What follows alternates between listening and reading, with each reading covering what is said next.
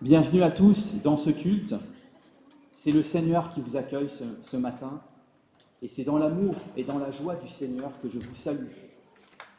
Je vais prier pour remettre ce culte entre les mains du Seigneur. Seigneur, notre Dieu, notre Père, nous recevons maintenant avec reconnaissance et avec foi la promesse de ton Fils Jésus-Christ. Voici ce que Jésus nous a promis. Il nous a dit, là où 2 ou 3 s'assemblent en mon nom, je suis au milieu d'eux. En tant qu'Église, nous sommes venus ce matin avant tout pour adorer Dieu et ensuite pour avoir une communion fraternelle les uns avec les autres. Seigneur, toi qui es au milieu de nous, accorde-nous ce matin de te reconnaître, de t'écouter et de te chanter notre joie. Amen. Nous allons prendre un premier cantique qui s'appelle « Comme un phare dans la nuit », qui nous parle de la direction du Seigneur dans nos vies. Car sans le Seigneur, où irions-nous et que ferions-nous? Comme un phare dans la nuit. Nous pouvons, pour ceux qui le veulent et qui le peuvent, nous lever pour chanter ce premier chant, « Comme un phare dans la nuit ».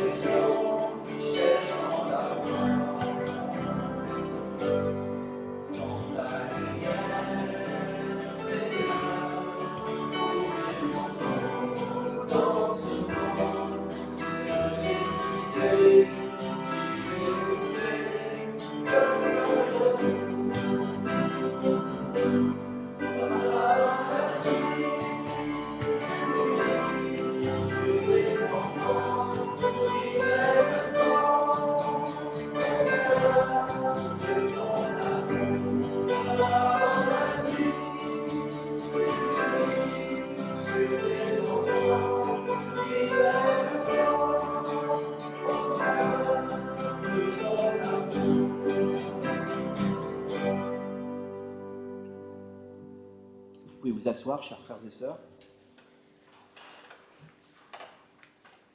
Et je continue ma prière de louange au Seigneur, en notre nom à tous. Ô Père, tu es la source de la vie, et c'est par ta lumière que nous voyons la lumière. Tu es fidèle, et ta bonté dure toujours pour ceux qui te craignent. Tu n'as jamais abandonné ta création, tu la soutiens jour après jour. Tu as envoyé des témoins de ta vérité, tu as révélé ta loi à ton peuple, tu as suscité des prophètes. Quand les temps ont été accomplis, tu as déchiré les cieux et tu es descendu jusqu'à nous dans la personne de ton Fils. Ta sagesse et ton amour ont été les plus forts. Seigneur, nous te remercions pour l'accomplissement de tes promesses et nous voulons te servir dans la joie jusqu'au retour de ton Fils. À toi, Dieu 3 fois saint, soit l'honneur, la louange et la gloire, aujourd'hui et jusque dans l'éternité. Amen. Je vous ai parlé dans ma prière de la fidélité de Dieu, de sa bonté qui dure toujours.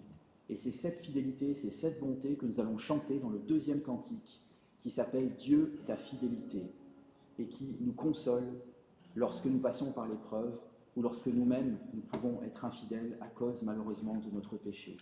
Dieu, ta fidélité. Nous pouvons nous lever pour chanter ce deuxième cantique. Dieu, ta fidélité.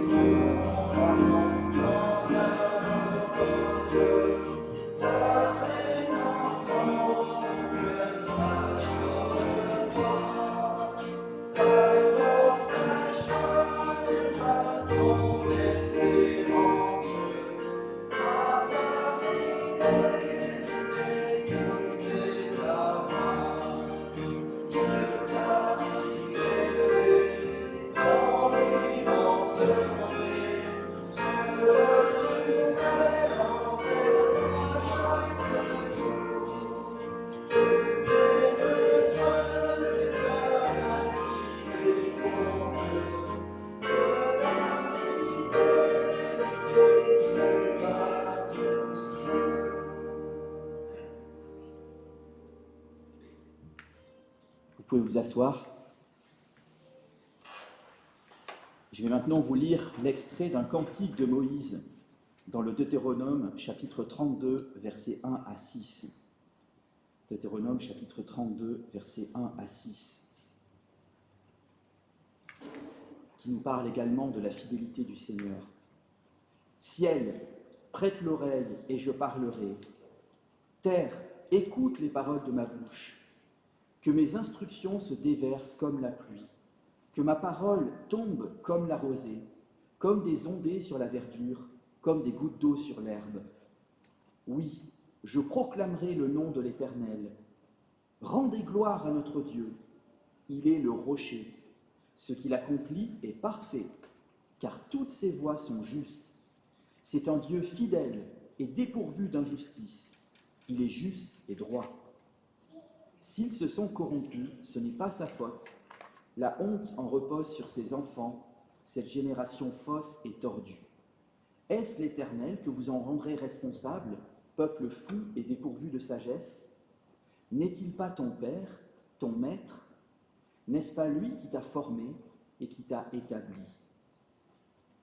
Au travers de ces quelques versets, nous voyons la fidélité du Seigneur, malgré tous nos doutes, malgré tous nos péchés, nous savons que le Seigneur est notre Père en Jésus-Christ et qu'il nous restera fidèle jusqu'à la fin. Alors, fort de ces certitudes, nous pouvons prendre quelques minutes de prière libre, simplement pour remercier le Seigneur, lui rendre grâce, lui rendre gloire, sans rien lui demander, mais simplement le remercier pour ce qu'il est et pour ce qu'il fait dans nos vies. Prenons donc quelques instants pour prier, en silence ou à voix haute. Le Seigneur entend vos prières de toute manière.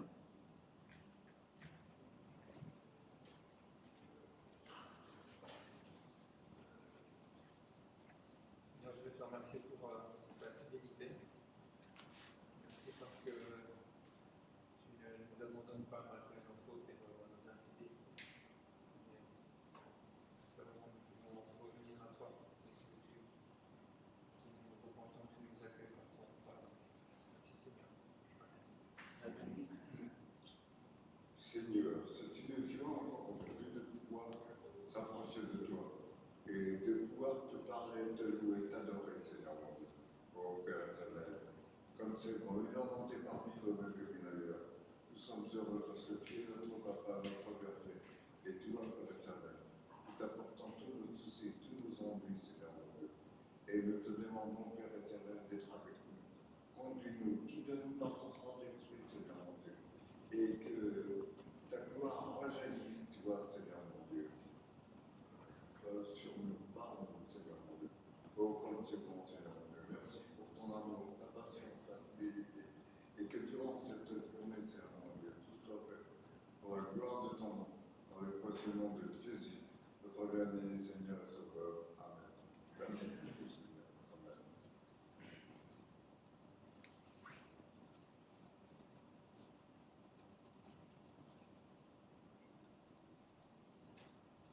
Seigneur, merci pour ton écoute, ton soutien, ta patience, ton abondance pour l'aide-nous chaque jour. Merci d'avoir ce peuple.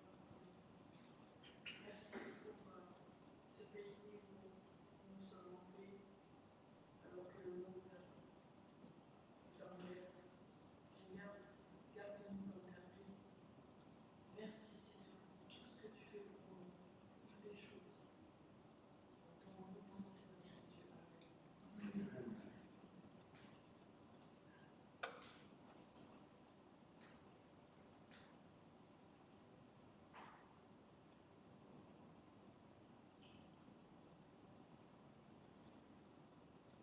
Père Saint, nous sommes venus pour t'adorer, te glorifier, te dire combien nous voulons t'aimer.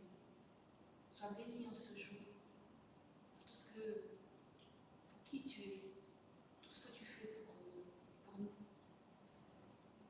Et nous savons que tu es souverain. Quelles que soient les circonstances qui nous entourent, tu es souverain. Père, tu règnes, et Jésus est avec toi dans les cieux, assis à ta droite. Et merci parce qu'il est victorieux. Il a vaincu le mal à la croix du calvaire. On te glorifie, ô Père. Amen.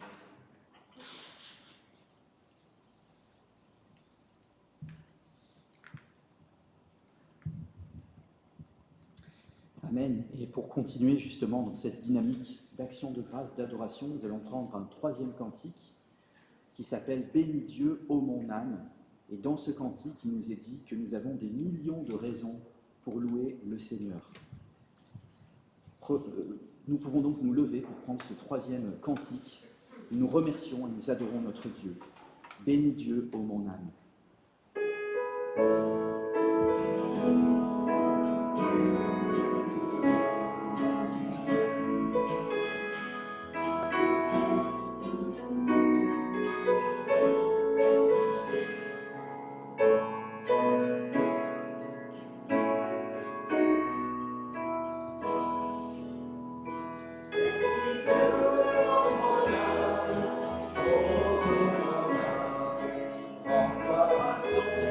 Son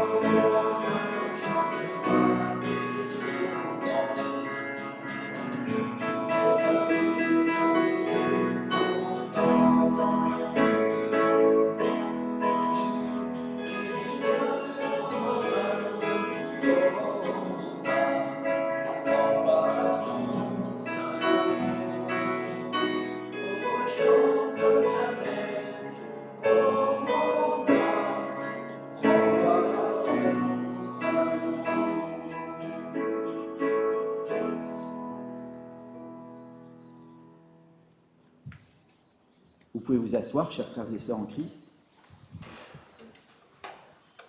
Et nous allons maintenant nous mettre à l'écoute de la loi du Seigneur, puisque finalement, obéir au Seigneur, ça fait aussi partie du fait d'adorer Dieu. Voici les 2 grands commandements que le Seigneur Jésus nous a laissés. Le Seigneur notre Dieu est le seul Seigneur. Tu aimeras le Seigneur ton Dieu de tout ton cœur, de toute ton âme, de toute ta pensée et de toute ta force. C'est là le premier et grand commandement. Et voici le second, qui lui est semblable. Tu aimeras ton prochain comme toi-même. Aucun autre commandement n'est plus grand que ces 2-là. Alors si nous sommes honnêtes, nous devons reconnaître que nous n'avons pas aimé Dieu 24 heures sur 24, de toute notre force, de toute notre pensée, de toute notre intelligence, et nous n'avons pas non plus aimé notre prochain comme on le devait 24 heures sur 24. Et donc nous pouvons, à la lumière de ces 2 grands commandements, prendre un temps de silence dans le secret de notre cœur pour confesser nos péchés au Seigneur. Prions donc dans le secret de notre cœur.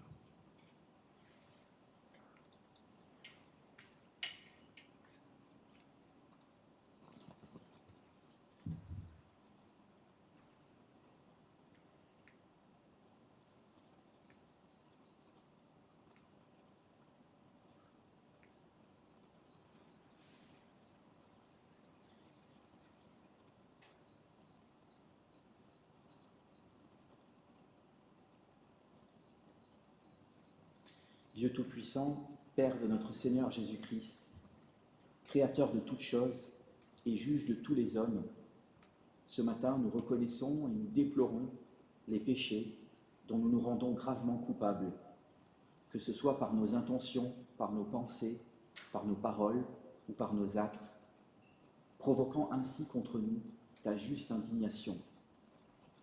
Nous nous repentons profondément et nous regrettons du fond du cœur ces péchés qui sont les nôtres. Le souvenir nous en est pénible, le fardeau pesant. Père très bon, veuille avoir pitié de nous. Pour l'amour de ton Fils, pardonne-nous tout le passé et accorde-nous de pouvoir te servir et te plaire dans une vie qui soit à l'honneur et à la gloire de ton saint nom, comme nous l'avons chanté. Amen. Alors nous pouvons rester assis pour le 4e chant, qui est un chant de repentance, mais qui est aussi une promesse où Dieu nous dit que si nous nous humilions devant lui, eh bien, non seulement il peut nous pardonner notre péché, mais il peut aussi nous purifier et nous rétablir dans son alliance. Si mon peuple suit lui. Restons donc assis pour chanter ce 4e chant.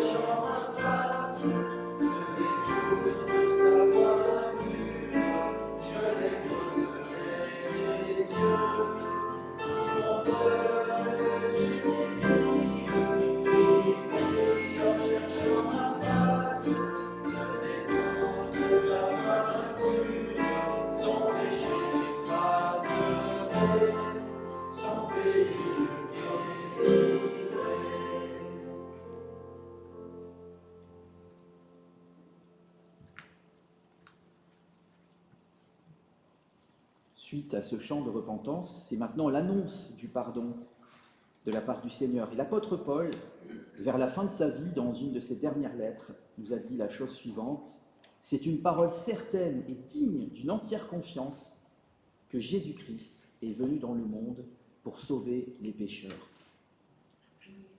étant fondé sur cette promesse, au nom du Père, du Fils et du Saint-Esprit, à tous ceux qui se repentent et qui croient en Jésus-Christ, j'annonce ici le pardon de Dieu et l'absolution de leurs péchés. Amen. Alors, suite à ce pardon du Seigneur, combien devrions-nous être reconnaissants?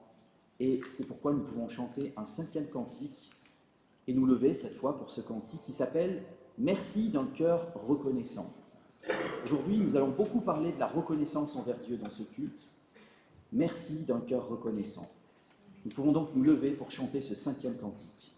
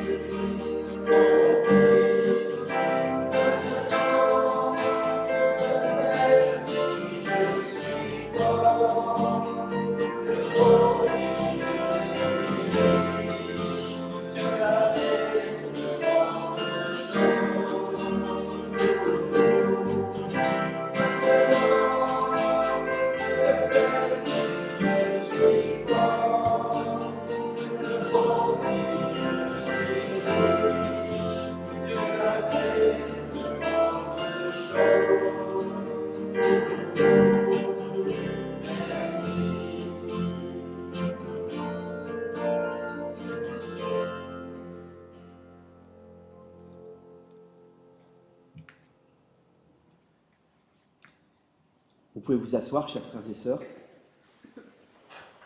Seigneur Jésus-Christ, merci parce qu'en plus de nous pardonner, tu nous as justifiés et tu as mis le comble à ta grâce, en nous élevant à toutes les dignités que le Père t'a accordées.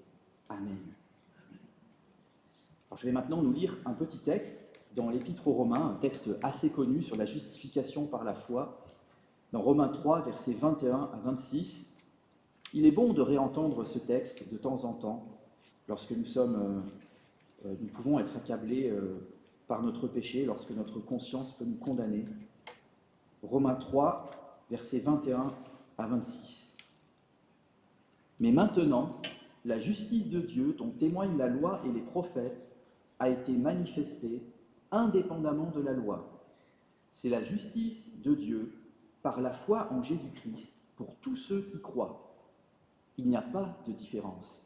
Tous ont péché et sont privés de la gloire de Dieu. Mais ils sont gratuitement déclarés justes par sa grâce, par le moyen de la libération qui se trouve en Jésus-Christ. C'est lui que Dieu a destiné à être, par son sang, une victime expiatoire pour ceux qui croiraient. Il démontre ainsi sa justice, puisqu'il avait laissé impunis les péchés commis auparavant à l'époque de sa patience. Il la démontre dans le temps présent, de manière à être juste, tout en déclarant juste celui qui a la foi en Jésus. Seul le Dieu Tout-Puissant aurait pu concevoir un plan de salut aussi merveilleux, où à la fois son amour et sa justice se rencontrent à la croix de Jésus-Christ. C'est le sang de Jésus-Christ qui plaide pour notre défense devant l'accusateur.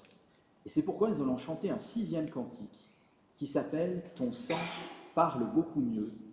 Ton sang parle beaucoup mieux que tous les 20 discours entendus sur la terre.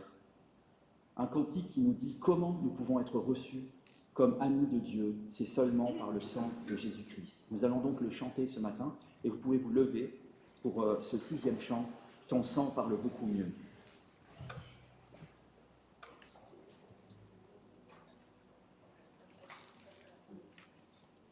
Merci Catherine pour ce rappel. Effectivement, c'est un nouveau chant.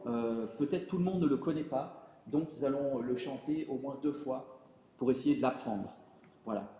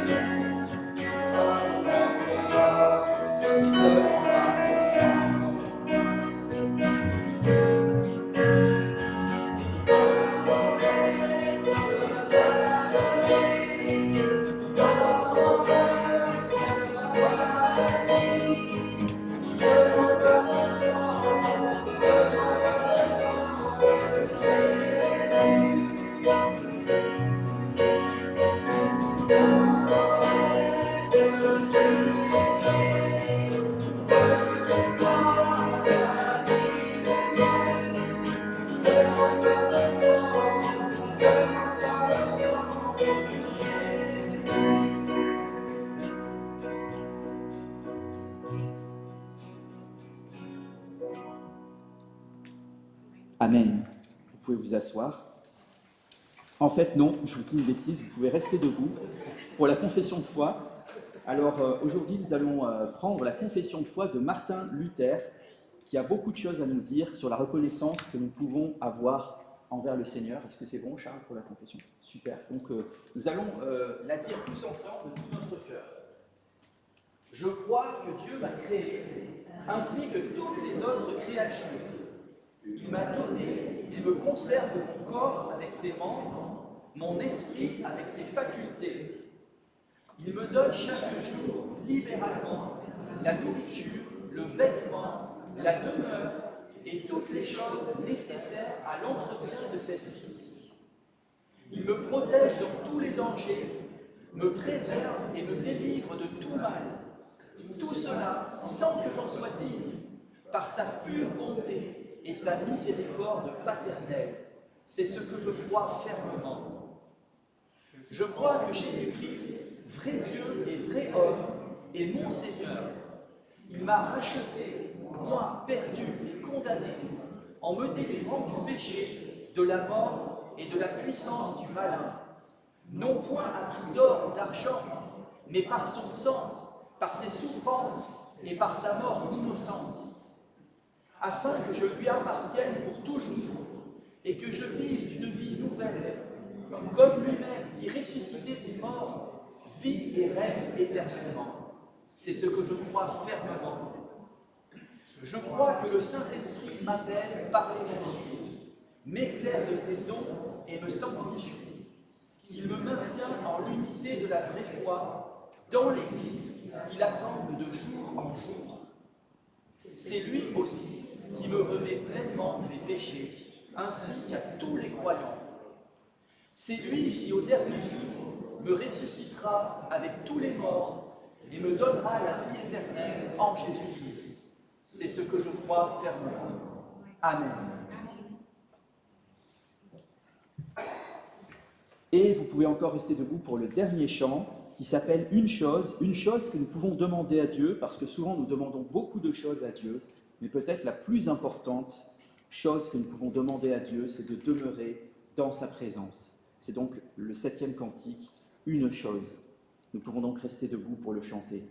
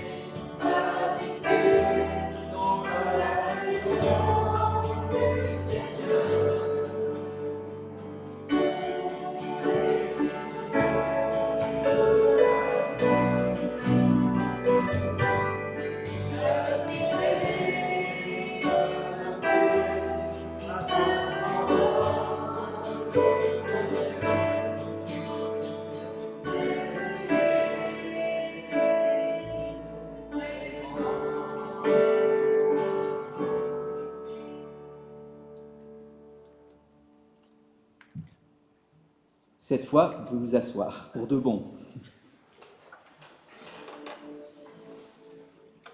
Alors c'est maintenant le temps de l'offrande, et l'offrande, c'est aussi un moyen d'adorer notre Dieu. Voici ce que nous dit le Seigneur dans sa parole. « C'est à moi qu'appartiennent l'or et l'argent, dit le Seigneur. C'est de moi que procèdent tous les biens. » Alors que chacun se sente libre de donner ou de ne pas donner, le Seigneur ne force personne, et il dit même dans sa parole qu'il aime celui qui donne avec joie. Alors je vais peut-être demander à Gérard de recueillir cette offrande. Merci Gérard.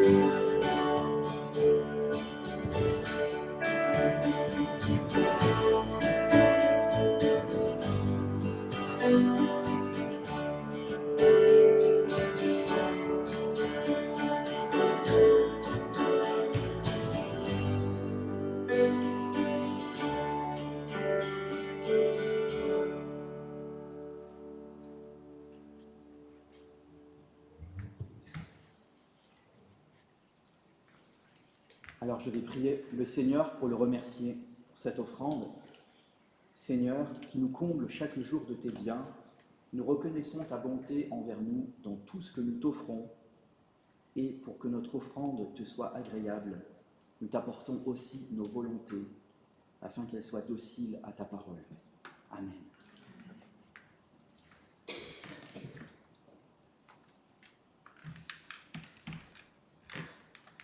Je tiens à remercier Catherine, Fally et Tom pour nous avoir conduits dans la louange et dans un chant nouveau.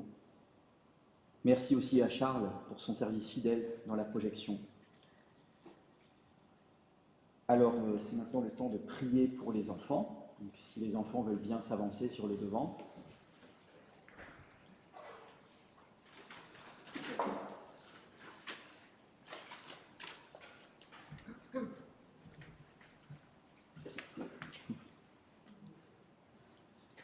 S'ils sont timides, je les comprends, moi aussi. C'est pas grave, même à distance, on peut quand même prier pour eux. Alors Seigneur, merci pour la grâce que tu nous fais d'avoir ces enfants que tu as accueillis particulièrement lorsque tu étais sur la terre, lorsque tes disciples ont voulu que tu les renvoies. Toi, tu étais indigné et tu as dit, au contraire, laissez venir à moi les petits enfants, parce que le royaume des cieux appartient à ceux qui leur ressemblent. Seigneur, nous avons beaucoup de choses à apprendre d'eux, et donne-nous vraiment d'avoir leur humilité de cœur et leur confiance en toi. Et je te prie pour chacun de ces enfants que tu conduises leur avenir, que tu les bénisses, que tu les gardes sur leur chemin et qu'ils puissent pleinement t'accepter, Seigneur Jésus-Christ, comme leur sauveur personnel et leur Seigneur. Je te prie de conduire aussi Catherine dans cet enseignement qu'elle va leur donner. Donne-lui la sagesse de ton Saint-Esprit pour savoir comment partager ton amour à ses enfants. Amen. Et Catherine veut nous dire quelque chose. Alors, quand on demande aux gens de prier, c'est bien de donner des nouvelles, n'est-ce pas?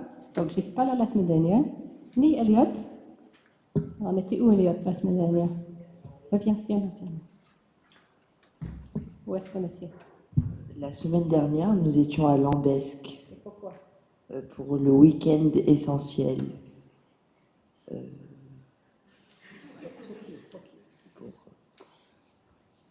Oui, un week-end essentiel, c'est un week-end pour que des collégiens des églises viennent se réunir et parler de Dieu ensemble. Alors, je ne l'ai pas préparé, donc le coup je vais. Et puis, comme il n'y a pas Elena qui était là aussi, mais la semaine prochaine, peut-être on dira un peu plus, le thème était aimer. Alors, vas-y, c'est mieux que moi. Le thème, c'était aimer en acte et en vérité. Et donc, il y a ce week-end, c'était plus le service que la dernière fois, ils ont fait des jeux, etc. Et donc, une partie est allée dans un EHPAD, le groupe, et Elliot et moi, on a joué au jeu avec les seniors de Lambesc, voilà. Donc, vous pouvez poser des questions après. En tout cas, merci pour vos prières. Il faisait beau, pas d'accident, aucun souci à signaler, sauf les machines à crêpes qui ne marchaient plus le soir, parce que les fusibles, ils ont sauté. Mais bon, ça, c'est le moindre mal, hein.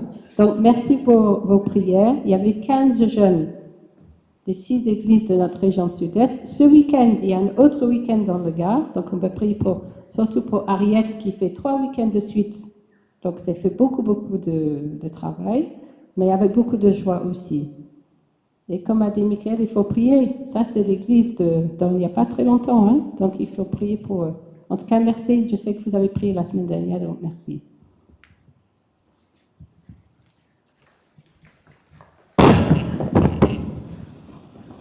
On va essayer de ne pas tout casser. Merci Catherine pour ce beau ministère que le Seigneur t'a confié auprès des enfants.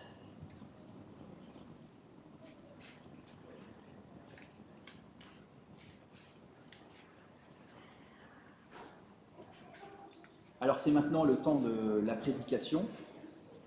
La dernière fois, j'avais prêché sur la première partie du psaume 90, qui était, je le reconnais, pas une partie très gaie, hein, qui nous parlait de la brièveté de notre existence au regard de l'éternité de Dieu, de notre vie terrestre qui passe très vite, et qui va se terminer inévitablement par notre mort à tous si le Christ ne revient pas de notre vivant.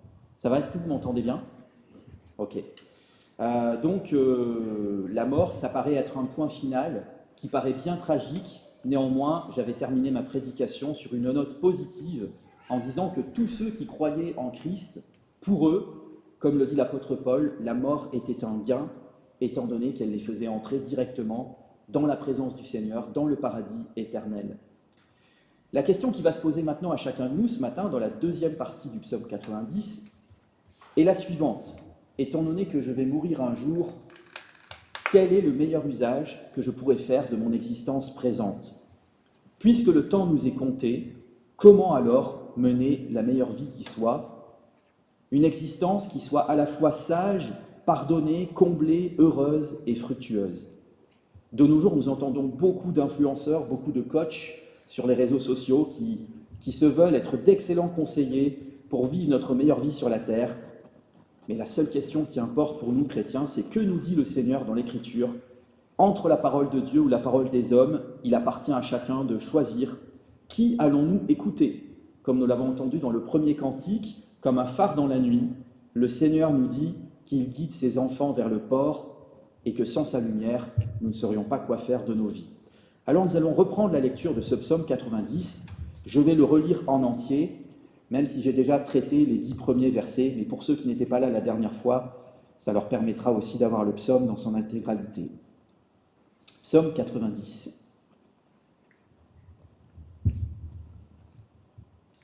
Prière de Moïse, homme de Dieu.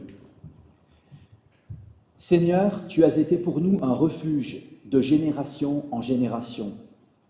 Avant que les montagnes soient nées, avant que tu aies créé la terre et le monde, d'éternité en éternité, tu es Dieu. Tu fais retourner les hommes à la poussière et tu leur dis, fils d'Adam, retournez à la terre. Car 1000 ans sont à tes yeux comme la journée d'hier. Elles passent comme le quart de la nuit. Tu les emportes semblables à un rêve qui le matin passe comme l'herbe. Elle fleurit le matin et elle passe. On la coupe le soir et elle sèche. Nous sommes consumés par ta colère et ta fureur nous épouvante. Tu mets devant toi nos fautes et ta lumière éclaire nos secrets. Tous nos jours disparaissent à cause de ta colère. Nous voyons nos années s'éteindre comme un soupir. La durée de notre vie s'élève à 70 ans et pour les plus robustes à 80 ans. Mais l'orgueil qu'ils en tirent n'est que peine et misère, car le temps passe vite et nous nous envolons. Qui a conscience de la force de ta colère et de ton courroux pour te craindre? Enseigne-nous à bien compter nos jours, afin que notre cœur parvienne à la sagesse. Reviens, Éternel, jusqu'à quand? Aie pitié de tes serviteurs. Rassasie-nous chaque matin de ta bonté, et nous serons toute notre vie dans la joie et l'allégresse. Réjouis-nous autant de jours que tu nous as humiliés, autant d'années que nous avons connu le malheur. Que ton activité soit visible pour tes serviteurs et ta splendeur pour leurs enfants. Que la grâce de l'Éternel, notre Dieu, soit sur nous. Affermis l'œuvre de nos mains.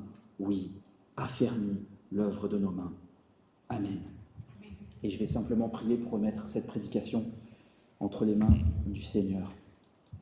Seigneur mon Dieu, Père Céleste, tu sais que de moi-même je ne peux rien faire ni concevoir. C'est pourquoi je te prie vraiment que ton Saint-Esprit m'assiste ce matin pour partager ta parole, Seigneur mon Dieu. Je te prie de bénir chacun de ceux qui sont là, chacun de ceux qui écouteront peut-être cette prédication, que personne ne puisse repartir sans avoir reçu quelque chose de ta part, une bénédiction pour sa vie terrestre, présente, parce que c'est cela dont il va être question ce matin. Donne-nous, Seigneur, ce cœur sage dont nous avons tant besoin. Donne-nous de mener la meilleure vie qui soit, non pas selon les standards du monde, mais selon tes standards à toi. Seigneur, tu as une grande vision pour chacun, chacune de ceux qui sont ici. Donne-nous d'entrer dans cette vision, donne-nous de pratiquer les œuvres que tu as préparées d'avance pour chacun d'entre nous. Au nom de Jésus-Christ. Amen. Alors juste quelques mots de contexte. Les psaumes, d'après la signification du mot en hébreu, ce sont en fait des louanges adressées au Seigneur en vue de le glorifier et de le magnifier. Alors dans les psaumes, il y a 5 livres, et là nous sommes au tout début du 4e livre. En fait, le psaume 90, c'est le premier psaume du 4e livre. Et en fait, on a différentes étapes dans ces 4 livres. Et là, justement, on entre dans les psaumes d'espérance. Après être passé par des psaumes plutôt sombres, comme le fameux psaume 88, qui nous parle d'un homme qui se sent désespéré, qui ne sent plus la présence de Dieu dans sa vie, et le psaume 89, qui vers la fin se terminait avec la thématique de la mort. En fait, le psaume 90, il reprend cette thématique de la mort. Donc, vous voyez, il n'arrive pas ici comme un cheveu sur la soupe, mais il va nous donner ce matin beaucoup de pistes pour une vie bienheureuse. Alors, l'auteur de ce psaume, il s'agit donc de Moïse. Et en fait, c'est le seul psaume que nous avons de Moïse, en dehors des cantiques que nous avons dans l'Exode et dans le Deutéronome. Je vous ai lu ce matin un extrait d'un cantique de Moïse. Alors donc, les psaumes ne sont pas classés par ordre chronologique, mais plutôt par ordre thématique. Ce psaume 90, il est peut-être le plus ancien de tous les psaumes, parce que, étant donné que Moïse en est l'auteur, il aurait été écrit vers 1440 avant Jésus-Christ. Alors Moïse, vous l'avez entendu dans la lecture de ce psaume, il est qualifié d'homme de Dieu dans la préface du psaume. Et en effet, Moïse, ce n'était pas n'importe qui, c'est bien sûr l'auteur des 5 premiers livres de la Bible, c'est le plus grand prophète, nous dit le livre de Deutéronome, qui a jamais existé, auquel aucun autre prophète ne peut être comparé. Et en plus, Moïse, sa spécificité, c'est qu'il pouvait parler face à face avec Dieu, et non pas par vision, comme d'autres prophètes. La Bible nous dit encore que ce Moïse, c'était l'homme le plus humble et le plus patient de la terre, et vous savez que c'est à lui que Dieu a confié la mission de délivrer les enfants d'Israël de l'esclavage d'Égypte. Alors, si le Saint-Esprit nous donne le nom de l'auteur du psaume, ce n'est pas pour rien, c'est pour nous aider en fait à mieux comprendre sa signification. Et d'après un très grand nombre de commentateurs, et aussi d'ailleurs même de rabbins, ce psaume en fait aurait été écrit suite à la sentence du Seigneur contre les Israélites dans le désert, parce que les Israélites, vous savez, ils avaient murmuré contre Dieu, ils avaient râlé contre Dieu, ils s'en étaient pris à Dieu, et Dieu du coup avait fini, au bout d'un certain nombre de fois où ils avaient râlé, par dire « Ok », parce qu'en fait les Israélites, ils ont dit « Mais tu veux nous faire mourir, Dieu, tu veux nous faire mourir dans ce désert ?» Et Dieu leur a dit « Eh bien, je vais vous juger sur vos propres paroles. » Et effectivement, tous ceux d'entre vous qui sont âgés de 20 ans et plus que 20 ans, eh bien, vous allez, il va en être comme vous l'avez dit de votre propre bouche, puisque vous n'avez pas eu confiance en moi, vous allez périr dans le désert et vous n'entrerez pas en terre promise. Et ce serait en fait dans ce contexte que Moïse aurait écrit ce psaume, où en fait il aurait en vue d'intercéder auprès de l'Éternel pour tenter, entre guillemets, d'annuler cette sentence du Seigneur. Évidemment, on sait que Moïse, lui, il va vivre jusqu'à 120 ans, alors que dans le psaume, il nous dit que beaucoup vont mourir à 70 ans ou 80 ans. Donc on voit que lui, à titre personnel, a eu des exaucements. Alors le psaume 90, il peut être divisé en 2 parties. Donc la première partie, j'en avais traité la dernière fois, c'était des versets 1 à 10, où Moïse raconte sa détresse par rapport au fait que, en fait, pour le dire clairement, nous allons tous mourir un jour, à plus ou moins brève échéance. Et c'est, entre guillemets, le côté sombre de ce psaume que nous avions vu la dernière fois. Et dans la seconde partie donc, de sa prière, des versets 11 à 17, que nous allons voir aujourd'hui, le psalmiste, avec une grande lueur d'espoir, va adresser 5 requêtes à l'Éternel pour le supplier d'accorder à son peuple une vie qui soit sage, pardonnée, comblée, heureuse, fructueuse, et ce, malgré son péché et malgré la brièveté de son existence terrestre. Donc ce matin, il y aura 5 points, suivant les 5 requêtes de Moïse. La première requête, le premier point, c'est d'abord une vie sage. Ce n'est pas forcément nous, spontanément, ce qu'on demanderait au Seigneur. On lui demanderait d'abord une vie heureuse avant de lui demander une vie sage, mais Moïse, il nous exhorte d'abord à demander une vie sage au Seigneur. Et la vraie sagesse passe par cette question qui nous est posée par le psalmiste au verset 11. « Qui a conscience de la force de ta colère et de ton courroux pour te craindre ?» Je crois qu'on pourrait répondre à cette question, pas beaucoup de nos contemporains, en tout cas pas un grand monde en France. Beaucoup de personnes dans notre pays, malheureusement, sont dans l'insouciance, dans l'indifférence par rapport à leur mort, par rapport au jugement de Dieu. Nous sommes dans un monde où on pense à s'assurer pour tout un tas de choses, mais on ne s'assure pas pour notre éternité.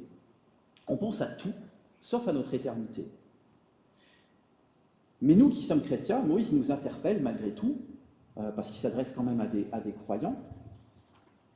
Est-ce que finalement, nous avons nous-mêmes conscience de cette colère, de ce courroux de Dieu? Alors nous savons bien sûr que cette colère, ce courroux de Dieu, c'est Jésus-Christ qui l'a pris à notre place, nous l'avons chanté ce matin, et c'est Jésus, notre paratonnerre, qui nous permet d'échapper à cette colère sainte de Dieu contre le péché. Parce que cette colère, ce courroux, se manifeste précisément dans ce qu'on appelle l'enfer. Alors certaines personnes pourraient dire, mais Dieu est quand même méchant d'avoir créé l'enfer. Alors, juste pour prendre une illustration, si un juge, juste sur la terre, envoie un criminel en prison, quelqu'un qui a violé, quelqu'un qui a tué, je ne pense pas que vous direz que le juge est méchant d'avoir fait une telle chose. Eh bien, avec Dieu, c'est pareil. La colère de Dieu contre le mal, c'est une colère sainte, c'est une colère juste, c'est une colère légitime. Ce n'est pas une colère capricieuse. En fait, il y a un décalage entre la sainteté de Dieu et notre péché, qui, s'ils viennent à se rencontrer, en fait, ça produit des étincelles. C'est un peu comme si quelqu'un mettait sa main dans le feu et qu'il allait se brûler, vous n'allez pas dire que le feu est méchant. De la même manière, ce n'est pas que Dieu est méchant, c'est que Dieu est saint et juste. Et à ce titre-là, il doit exprimer sa colère contre le mal. Le problème, c'est que la plupart des gens ne se font pas une juste idée de la justice de Dieu. Ils ne réalisent pas, comme nous dit le prophète Habacuc, que Dieu a les yeux trop purs pour voir le mal. Dieu, il est parfaitement saint, il est parfaitement juste, il est 100% parfait.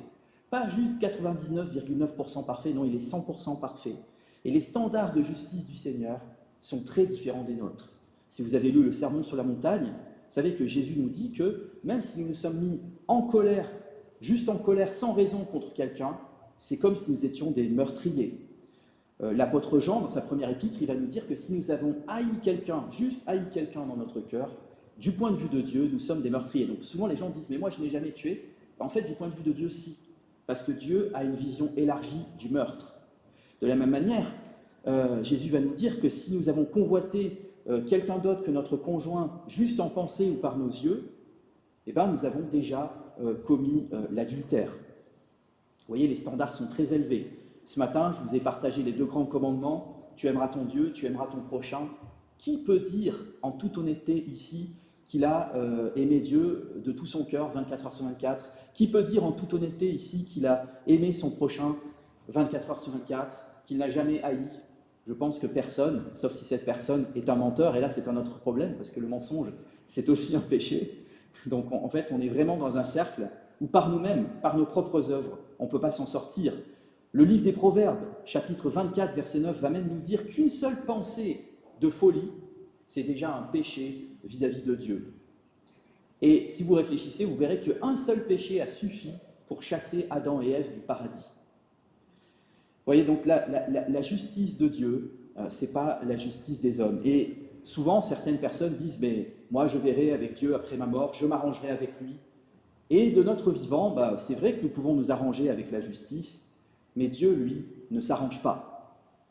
Oui, Dieu est notre Père, mais l'apôtre Pierre va nous dire « Si c'est comme à un Père que vous faites appel à celui qui juge chacun conformément à sa manière d'agir, sans faire de favoritisme, conduisez-vous avec une crainte respectueuse pendant le temps de votre séjour sur la terre. » On doit quand même si nous sommes sauvés par grâce, nous souvenir, même nous qui sommes croyants, même nous qui sommes pardonnés par Jésus-Christ, nous devons quand même nous souvenir de qui est Dieu et ne pas prendre Dieu à la légère, comme si Dieu n'était qu'un gentil papa gâteau, un distributeur automatique de bénédictions ou notre pote. C'est pourquoi la parole de Dieu nous dit à 3 reprises que la crainte de l'Éternel, c'est le commencement de la sagesse.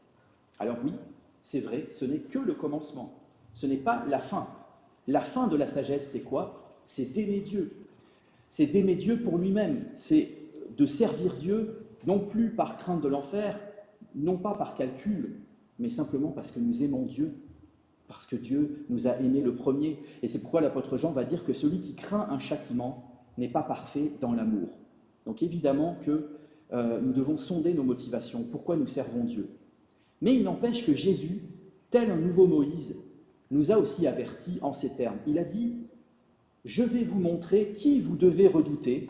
Redoutez celui qui, après avoir tué, a le pouvoir de jeter en enfer. Oui, je vous le dis, c'est lui que vous devez redouter. » Le verbe « redouter » revient 3 fois dans la bouche de Jésus en l'espace d'un seul verset. Et ici, Jésus nous parle de la crainte de Dieu qui peut nous envoyer en enfer. Vous savez que l'enfer, c'est une des 2 choses dont Jésus a le plus parlé dans ses discours. Merci Seigneur, parce que Jésus est venu nous sauver. Et c'est là qu'entre en compte l'Évangile. Jésus est venu, il est mort pour prendre sur lui la colère qui devait nous revenir. Il est venu pour nous sauver. Mais souvent on dit que Jésus est venu pour nous sauver, mais nous sauver de quoi au juste? Eh bien précisément de cet enfer dont Jésus nous parle. Et Moïse, lui, on le voit dans ce psaume, il était bien conscient de la réalité du jugement de l'Éternel. Et c'est pourquoi il va présenter sa première requête à Dieu en lui disant, parce que c'est la première, parce que c'est la plus importante, il va dire « Enseigne-nous à bien compter nos jours, afin que notre cœur parvienne à la sagesse. » Alors apprendre à compter nos jours, ça veut dire quoi? Apprendre à compter nos jours, c'est nous rappeler que nous sommes mortels, et qu'un jour, si Jésus n'est pas revenu, notre cœur s'arrêtera de battre. Apprendre à compter nos jours, c'est réaliser que notre vie terrestre est très courte, très très courte, je dirais même, en comparaison de l'éternité. Apprendre à compter nos jours, c'est réaliser qu'un jour, il sera peut-être trop tard pour devenir sage. C'est pourquoi l'Ecclésiaste, que nous avons étudié ensemble dans l'étude biblique, nous exhorte à nous souvenir de notre Créateur durant les jours de notre jeunesse. Et je bénis Dieu vraiment pour tous les jeunes qui se convertissent.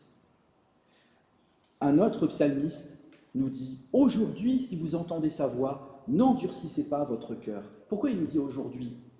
Parce qu'après, il sera peut-être trop tard. Plus tard sera peut-être trop tard. Nous serons peut-être trop endurcis pour entendre encore la voix du Seigneur. Et vous voyez, comme nous le dit Moïse dans ce psaume, c'est notre cœur qui doit être touché, avant même que notre comportement en découle, parce qu'on peut faire les choses pour de mauvaises intentions. C'est pourquoi le livre des Proverbes nous dit « Garde ton cœur plus que toute autre chose, car c'est de lui que viennent les sources de la vie. » Alors c'est quoi cette sagesse dont nous parle Moïse? La sagesse selon Dieu, ce n'est pas la sagesse selon les hommes. Et nous avons un verset dans la Bible que vous pouvez d'ailleurs apprendre par cœur, qui est un merveilleux verset qui nous donne une définition de ce qu'est la sagesse. C'est dans Job 28, verset 28, donc c'est assez facile à retenir au niveau de la référence. Job 28, 28. La crainte du Seigneur, voici en quoi consiste la sagesse. S'éloigner du mal, voilà en quoi consiste l'intelligence. Donc il y a vraiment un lien entre la sagesse d'un côté et le fait de craindre Dieu de l'autre. Et cette crainte du Seigneur, en fait, elle bannit toutes les autres craintes, y compris la crainte de la mort. Et il y a un merveilleux verset où Jésus nous dit qu'il est venu libérer tous ceux qui, durant toute leur vie, étaient dans l'esclavage de la crainte de la mort. Mais craindre Dieu, c'est aussi s'éloigner du mal, vous l'avez entendu, c'est-à-dire prendre des bonnes décisions et mettre en pratique les commandements de Dieu pour sa vie. Alors dans la vie, on peut commettre beaucoup d'erreurs, beaucoup de péchés. Moi personnellement, j'en ai commis énormément. Mais il y a une erreur à ne pas commettre, il y a une décision sage à prendre.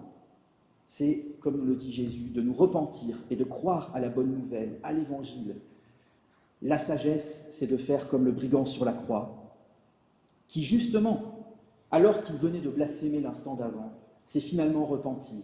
Et quand il s'est repenti, le brigand sur la croix, il a justement parlé de sa crainte de Dieu. La sagesse, c'est nous reconnaître pécheurs, c'est accepter le seul moyen de salut, la seule espérance que le Seigneur nous offre, notre Christ Sauveur, afin que nous soyons pardonnés. Et c'est là où j'arrive à la deuxième requête, une vie pardonnée. Le psalmiste, on voit au verset 13 que probablement à cause de son péché et à cause du péché du peuple, il ressent une douloureuse déconnexion d'avec Dieu. Il va dire « Reviens Éternel, jusqu'à quand? Aie pitié de tes serviteurs. » Alors ce verbe hébreu qu'on trouve pour revenir, c'est le même verbe qu'on avait trouvé au début du psaume, au verset 3, où Dieu dit à l'homme « Reviens dans la poussière ». Et Moïse, il dit à Dieu « Seigneur, reviens ». Mais on pourrait se poser la question, mais revenir de quoi? Eh bien en fait, on a la réponse dans une prière de Moïse justement, où Moïse va dire dans Exode 32, verset 12, à Dieu « Reviens de ta colère ardente ». Et on retrouve exactement le même verbe en hébreu. Donc là, Moïse, alors qu'il nous a parlé de la colère de Dieu dans les 10 premiers versets, il demande à Dieu de revenir de sa colère. Donc, appliquer son cœur à la sagesse, c'est aussi savoir se repentir lorsqu'on a fait fausse route, c'est revenir à Dieu. Et quelqu'un l'a dit dans une prière ce matin, que quand on revenait à Dieu, eh bien, Dieu nous accueillait. Et justement, il y a une promesse, encore un verset, que si vous le souhaitez, vous pouvez apprendre par cœur, parce qu'il est assez simple à apprendre. C'est Zacharie 1, verset 3, où Dieu nous dit « Revenez à moi, et je reviendrai à vous ». Quand le fils prodigue est revenu, Dieu ne lui a pas dit « Non, maintenant c'est fini pour toi ». Non, il l'a accueilli à bras ouverts. Donc Moïse, qui connaît son Dieu, il demande à l'Éternel d'avoir pitié de ses serviteurs dont il fait partie, en lui demandant de revenir comme un Dieu de grâce et de compassion dans sa vie et dans la vie du peuple. Et il dit jusqu'à quand, il pose la question jusqu'à quand. Ça nous montre qu'il se languit de la présence du Seigneur dans sa vie. Comme nous, comme parfois, peut-être ça vous est arrivé, lorsque nous avons péché, nous nous sentons loin de Dieu. Et nous savons, nous, comment obtenir le pardon du Seigneur. Nous connaissons ce chemin. Nous savons que l'apôtre Jean nous a dit que si nous confessons nos péchés, Dieu est fidèle et juste pour nous pardonner nos péchés, pour nous purifier de toute iniquité. Jean va dire, si quelqu'un a péché, nous avons un avocat auprès du Père, Jésus-Christ le juste. Donc, après avoir demandé sa sagesse à Dieu, le psalmiste lui demande sa miséricorde. Mais il va aller encore plus loin dans ses requêtes. Il va lui demander également les bienfaits de Dieu pour une vie comblée, pour une vie épanouie. Et c'est donc la troisième requête, le troisième point, une vie comblée. On voit ici que le psalmiste nous suggère qu'il y a une bénédiction matinale à ne pas rater dans la prière, puisqu'il demande à Dieu, rassasie-nous chaque matin de ta bonté, en d'autres termes, de ton amour. Et je pense que c'est bien d'avoir des rendez-vous avec Dieu. Nous avons tous des agendas très chargés, mais peut-être que c'est bien d'avoir cette entre guillemets, discipline, même si le mot est un peu, je trouve un peu légaliste, mais en tout cas cette aspiration à avoir des rendez-vous avec Dieu dans la prière. Alors on voit ici que Dieu n'est pas seulement le Dieu éternel, juste et saint dont Moïse nous a parlé, mais il est aussi ce Dieu plein de bonté, plein de grâce, ce Dieu d'amour. Et comment on peut avoir une vie véritablement comblée? Seulement par l'amour du Seigneur, qui est un amour infini, qui peut véritablement nous combler et nous rassasier. Parce que nous sommes tous, si nous sommes honnêtes, nous sommes tous des mendiants d'amour. Comme la Samaritaine, qui lorsqu'elle a rencontré Jésus, elle avait eu 6 hommes différents dans sa vie. Et malgré le fait qu'elle ait eu 6 hommes différents dans sa vie, eh bien ça ne l'a pas comblée, elle n'était toujours pas comblée. Et c'est pourquoi Jésus va lui dire, « Celui qui boira de l'eau que je lui donnerai, moi, n'aura plus jamais soif. » L'amour du Seigneur, c'est comme une source d'eau intarissable. Et c'est vers lui que nous devons aller pour être véritablement comblés. Si nous misons tout sur nos circonstances ou sur les êtres humains, nous serons fatalement, forcément déçus à un moment ou à un autre. Jérémie, dans ses lamentations, nous déclare, comme en réponse à la prière de Moïse, « Ses bontés ne sont pas épuisées, elles se renouvellent chaque matin. » Vous voyez, là encore, on nous parle de la fidélité de Dieu. Cette fidélité de Dieu, c'est ce qui nous garantit une vie heureuse et joyeuse. Et c'est là où j'en arrive à mon 4e point, la 4e requête, une vie heureuse et joyeuse. Vous avez une candidate qui parle de la ville heureuse, mais Dieu, il va bien plus loin que ça, il nous parle d'une vie heureuse. On voit ici le cœur du Seigneur. Le Seigneur, ce n'est pas un Dieu rabat-joie, ce n'est pas un Dieu légaliste. On l'a vu dans l'étude sur l'Ecclésiaste, pour ceux qui étaient là, que l'Ecclésiaste nous exhorte à nous réjouir de toutes les bénédictions que Dieu nous donne. Le Seigneur n'est pas un Dieu rabat-joie, il veut notre bonheur. Et il l'avait d'ailleurs dit à Moïse dans le Deutéronome. Ça ne veut pas dire qu'il n'y aura pas d'épreuves, bien au contraire. mais ça veut dire qu'il y aura quand même la joie du Saint-Esprit au milieu des tribulations. Grâce à cet amour immense, nous l'avons chanté ce matin dans ce merveilleux cantique, Dieu, ta fidélité, ton amour immense qui se renouvelle envers moi chaque jour. Il est donc possible, si l'on est chrétien, même si on passe par les pires épreuves, il est possible d'être toute sa vie dans la joie, dans l'allégresse, et ça malgré tous les revers qui peuvent nous frapper. Et dans le psaume 90, Moïse nous dit que au travers des jours et des années de malheur que nous avons pu passer, c'est Dieu qui nous a humiliés. Autrement dit, le Seigneur est souverain sur nos souffrances. Comme le dit le prophète Amos, arrive-t-il un malheur dans une ville sans que l'Éternel en soit l'auteur? Donc Dieu est complètement au contrôle de toutes les souffrances que nous pouvons passer. Mais, et c'est important de le signaler, le livre des Lamentations nous dit que ce n'est pas de bon cœur que le Seigneur humilie les humains. Dieu n'aime pas nous voir souffrir. Dieu ne nous cause jamais du chagrin pour nous détruire ou pour nous écraser, mais il le fait toujours pour notre bien, pour notre croissance de la sainteté, pour notre ressemblance avec Jésus-Christ. Souvent on cite ce verset, Romains 8, 28, « Toute chose concourt au bien de ceux qui aiment Dieu », mais on ne réalise pas qu'est-ce que c'est vraiment ce bien. Et en fait, ce bien, on a la réponse au verset suivant, c'est de ressembler à Jésus-Christ. Donc ce n'est pas d'avoir une vie forcément avec tout ce qu'on peut imaginer vouloir sur terre. Non, c'est avant tout que notre caractère ressemble à Jésus-Christ. Il y a certaines choses que nous ne pouvons comprendre que dans la souffrance. Mais comme tout un chacun, je pense, nous ne sommes pas masochistes, nous voulons être heureux, nous voulons cesser d'être malheureux, et c'est bien naturel. Et c'est pourquoi le psalmiste va demander au Seigneur qu'il donne à son peuple autant de jours de bonheur qu'il leur a donné de jours de souffrance. Et comme en réponse à cette prière de Moïse, Dieu, par le prophète Joël, promet à son peuple qu'il leur remplacera les années perdues par des années florissantes. Et c'est ce qui s'est passé dans le cas de Job, que vous connaissez sans doute tous. Il nous est dit que quand il est sorti de son épreuve, Dieu lui a rendu le double de tout ce qu'il avait possédé. Et alors, ce qui est intéressant de voir dans le livre de Job, à la fin du livre de Job, c'est qu'il nous est dit qu'au début du livre, il avait 10 enfants qui sont morts, malheureusement, et à la fin du livre, il avait de nouveau 10 enfants. Alors, on pourrait se dire, mais du coup, où est le double? En fait, le double, c'est que les 10 autres, ils sont au ciel. Donc, Job a vraiment eu le double de ce qu'il avait. Mais on voit que cette requête de Moïse, elle nous amène vers l'éternité, parce qu'on sait pour nous, chrétiens, que le fait d'avoir autant de jours de bonheur que de jours de malheur, ça sera pleinement possible dans l'éternité. L'apôtre Paul va nous dire que nos épreuves actuelles nous préparent, au-delà de toute mesure, un poids éternel de gloire. Paul va nous dire qu'il n'y a pas de commune mesure entre nos souffrances du temps présent et la gloire à venir qui nous attend dans le ciel avec notre Seigneur et Sauveur Jésus-Christ. Mais déjà, dès ici-bas, avec la grâce de Dieu, nous pouvons espérer une vie fructueuse. Et c'est là où j'en arrive à mon 5e et dernier point, la 5e requête de Moïse, une vie fructueuse, au verset 16 et 17. Le psalmiste demande que l'activité de l'Éternel soit visible pour ses serviteurs. Et parfois, nous pouvons avoir l'impression que Dieu n'agit pas de manière visible dans nos vies. Et nous avons besoin parfois de voir Dieu agir dans nos vies.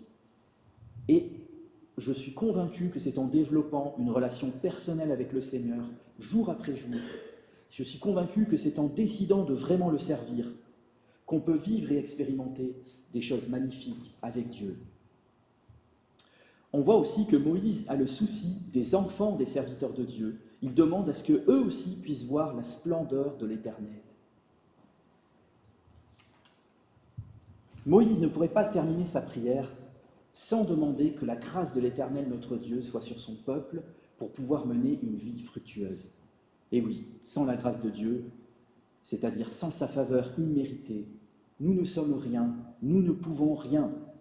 Tout n'est que grâce. Et vous le savez, nous sommes sauvés par grâce, par le moyen de la foi, et non par nos œuvres. Cela est vrai du salut.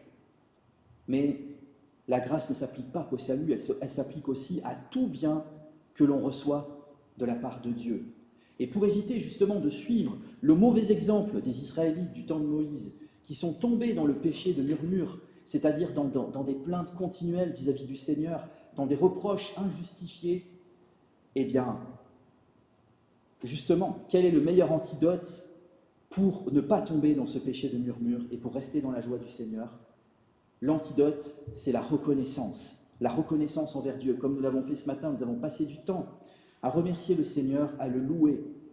Et il y a un auteur juif qui s'appelle Jacques Attali qui a écrit un livre où il parle de la reconnaissance et il dit que la reconnaissance, c'est prouvé scientifiquement, procure une bonne santé mentale, une bonne santé physique.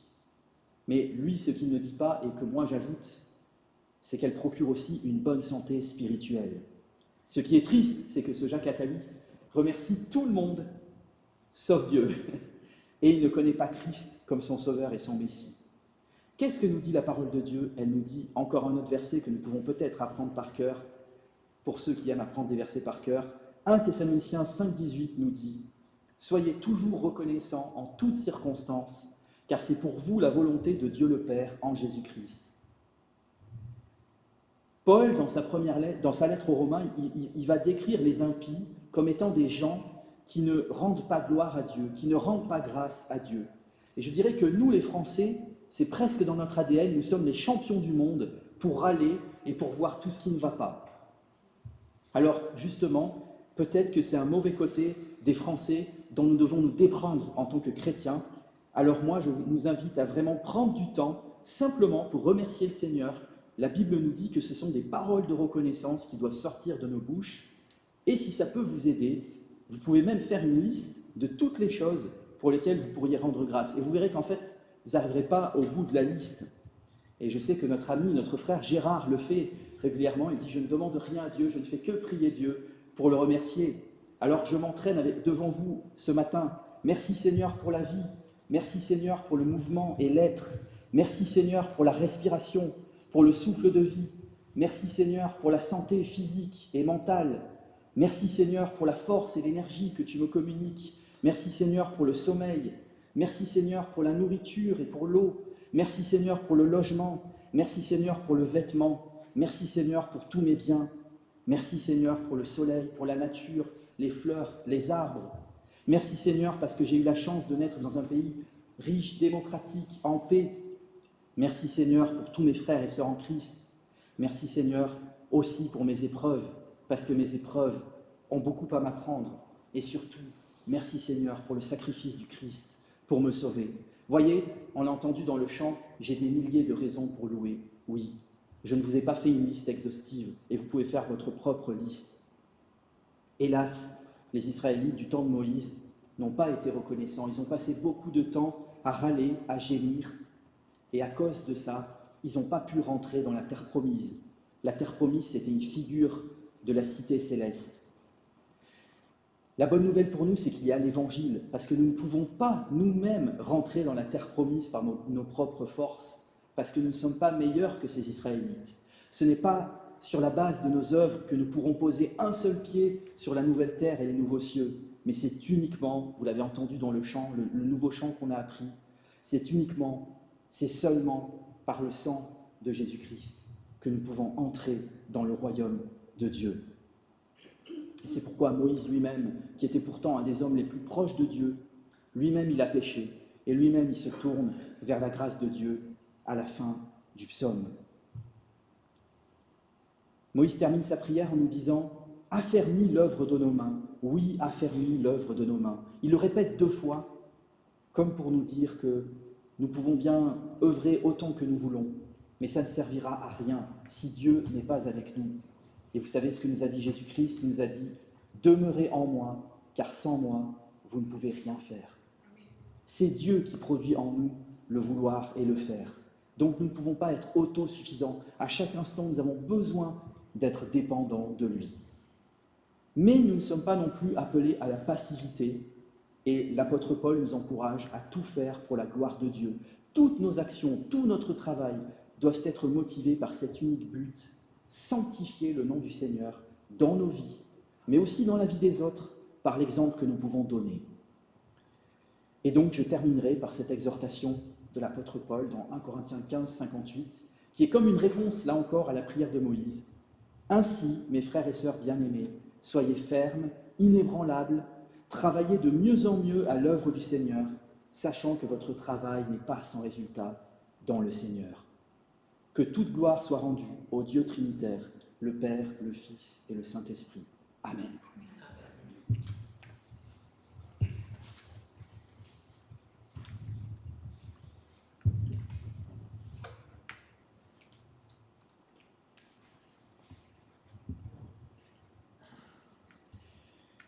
C'est maintenant le temps du repas du Seigneur.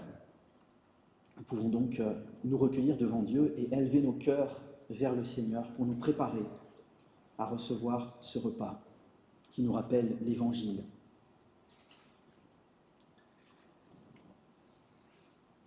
Le Seigneur Jésus, dans la nuit où il fut livré, prit du pain et après avoir rendu grâce, le rompit et dit : « Ceci est mon corps qui est pour vous.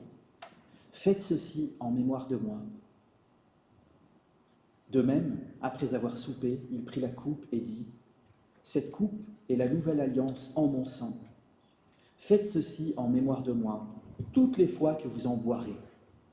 Car toutes les fois que vous mangez ce pain et que vous buvez cette coupe, vous annoncez la mort du Seigneur jusqu'à ce qu'il vienne.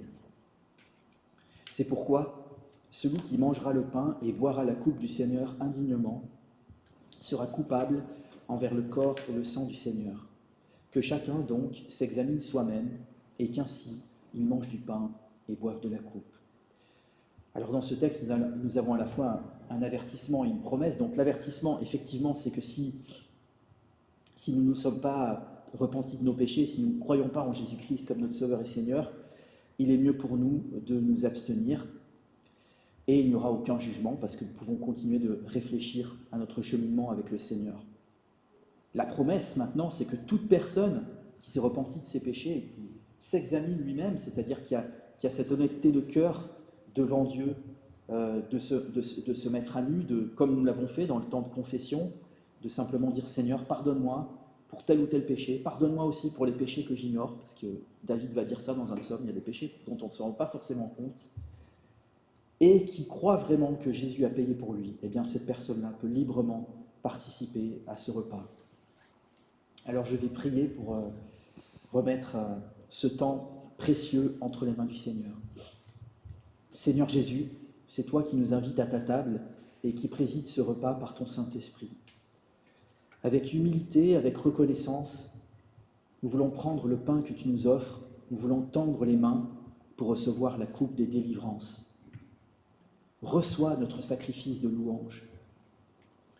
Merci de t'être abaissé jusqu'à devenir l'un des nôtres en revêtant notre chair mortelle.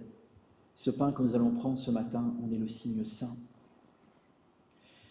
Merci de nous avoir aimés jusqu'à offrir ta vie pour nous accorder le pardon et pour nous faire entrer dans ton alliance.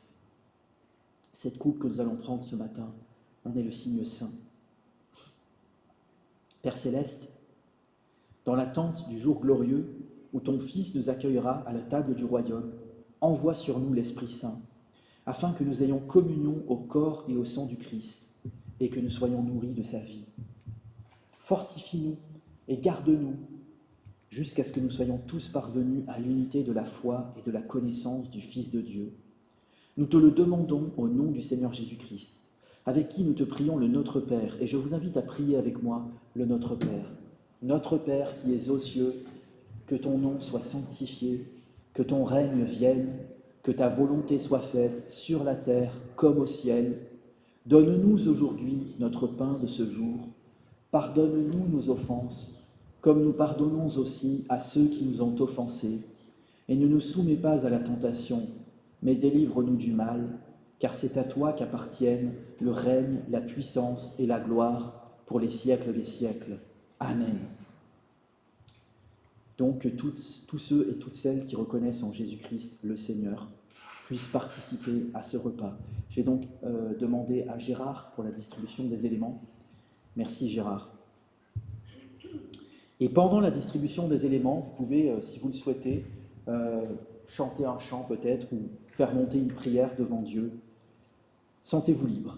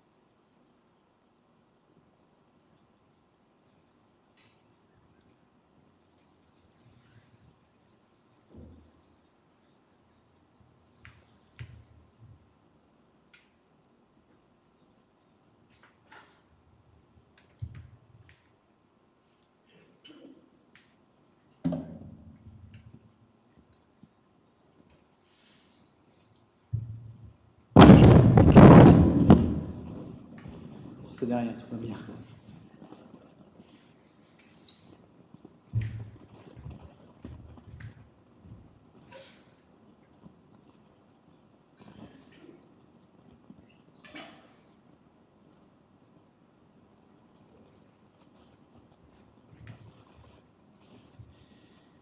Le pain que nous rompons est la communion au corps de notre Seigneur Jésus-Christ qui est pour nous. Nous pouvons donc prendre le pain tous ensemble en souvenir du Seigneur.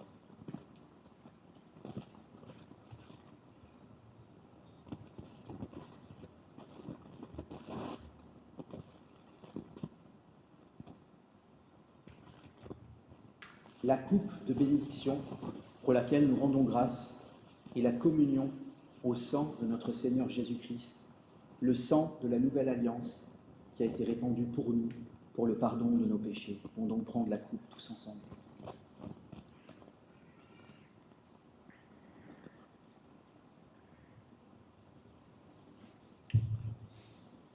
Rendons grâce à Dieu.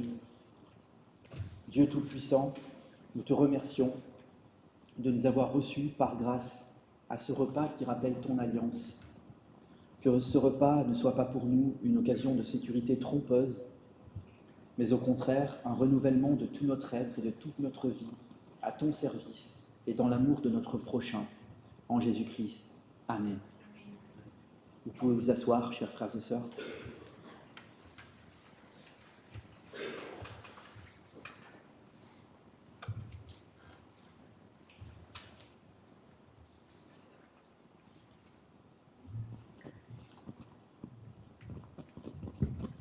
Alors, la Sainte Seine a à la fois une dimension verticale, c'est notre communion avec Dieu, mais elle a aussi une dimension horizontale, c'est notre communion les uns avec les autres. Et un des moyens que nous avons de pratiquer la communion fraternelle, c'est aussi par la prière d'intercession les uns pour les autres. Et donc, c'est maintenant un temps de prière libre pour ceux et celles qui veulent partager leur sujet de prière. N'hésitez pas. Donc, est-ce que certains d'entre vous voudraient partager des sujets de prière en particulier? Oui. Le ministère des Portes ouvertes, ce mois-ci, nous avons encore pris pour les femmes persécutées, parce qu'elles sont invisibles. C'est sûr. Et actuellement, en Iran, les chrétiens qui sont vraiment persécutés. Oui. Et aussi, en Orient, profite de la guerre, si vous avez fait. D'accord. Très bien. D'autres sujets?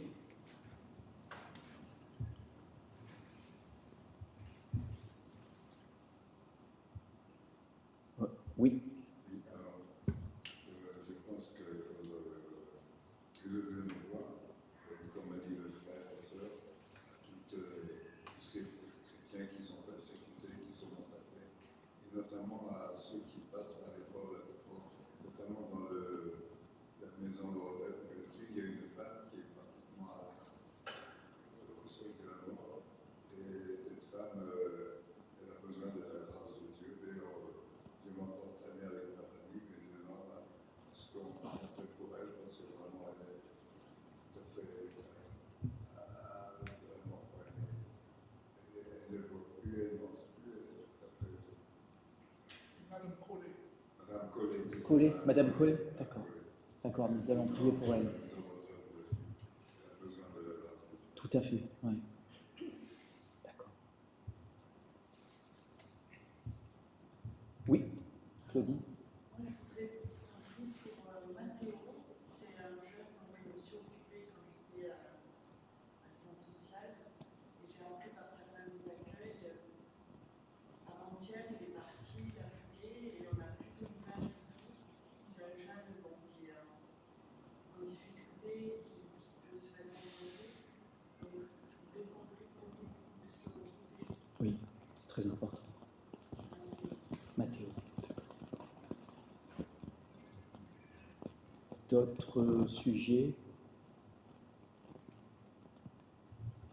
Bon, voilà, si vous avez d'autres sujets, de toute façon, n'hésitez pas, vous pouvez les prier, on peut prier pour ça maintenant. Donc je vous laisse commencer et je terminerai après vous. Prions donc.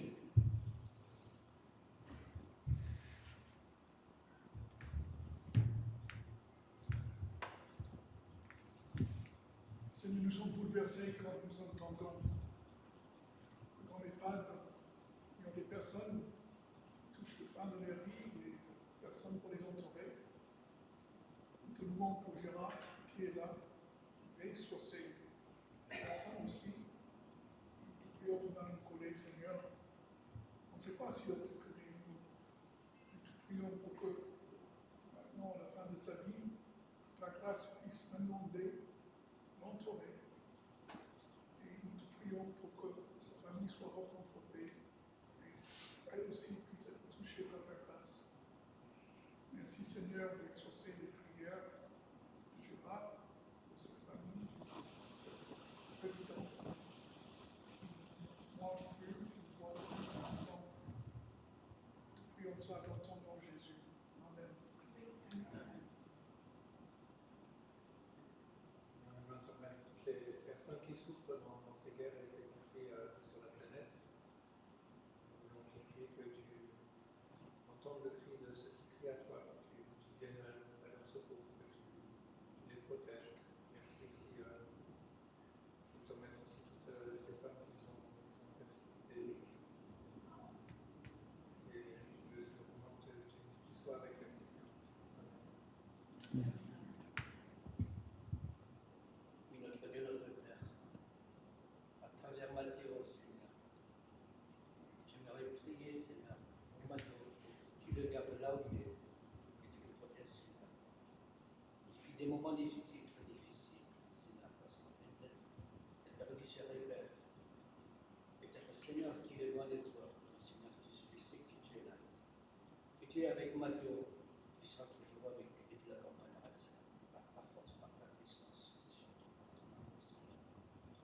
À travers ma gauche, je disais, Seigneur, je voudrais bien prier aussi pour tous les jeunes d'aujourd'hui. Ils sont tous perdus. Perdus dans ce monde, Seigneur. Dans le discernement, Seigneur.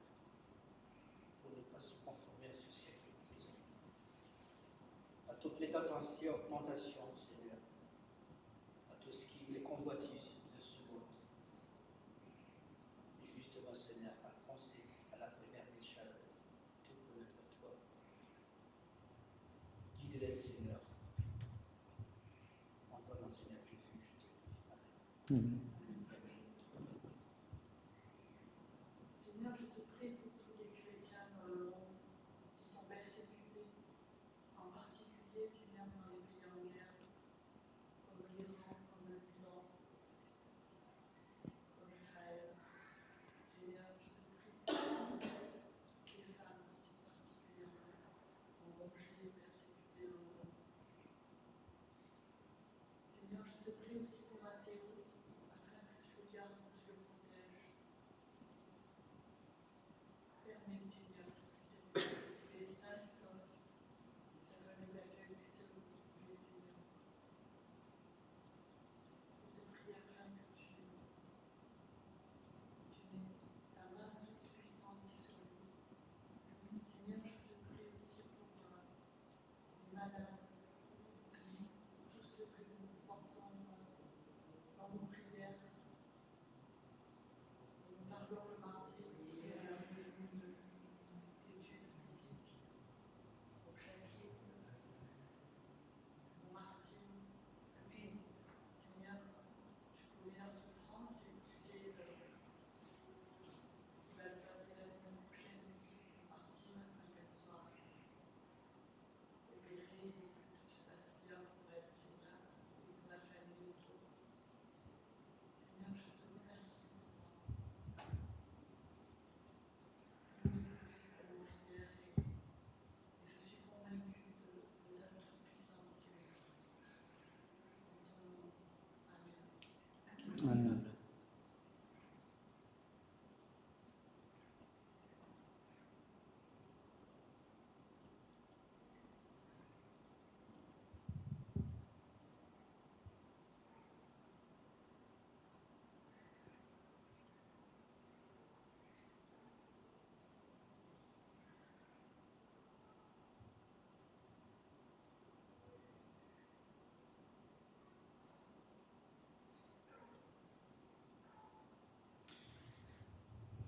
Seigneur, merci parce que tu entends toutes ces requêtes qui montent vers toi. Tu les entends d'autant plus que ce sont des requêtes d'intercession pour les autres et tu connais toutes ces situations. Je te prie d'intervenir dans chacune d'entre elles. Au nom de Jésus-Christ. Amen.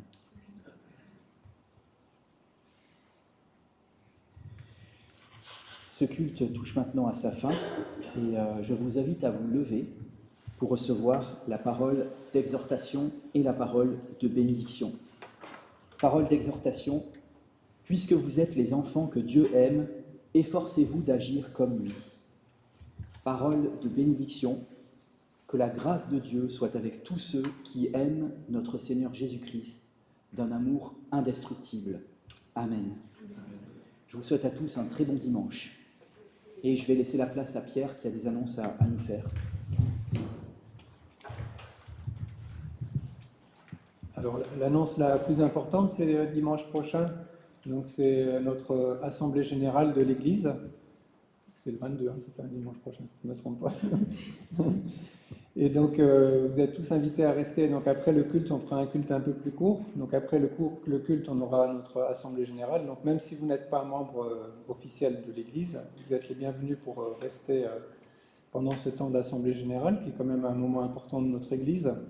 Et également à rester après pour le repas. Donc, on partagera ensemble tous les plats qu'on aura amenés, on les mettra en commun pour faire un repas fraternel. J'ai une publicité, il va y avoir une soirée de louanges à l'église rue d'Italie. Ça se passe le samedi 28 mars à 20h, à l'église de la rue d'Italie. Alors c'est marqué soirée de louanges et ressourcement avec une team de louanges régionale et Tina Razana. Moi je ne connais pas, mais voilà. Fin mai, il y aura également, je crois que c'est une chorale ou je ne sais pas, à l'église d'Alès. Et s'il y a des gens qui veulent participer à la chorale, il faut peut-être parler à Catherine, elle vous donnera les détails. Voilà. Bon dimanche à tous.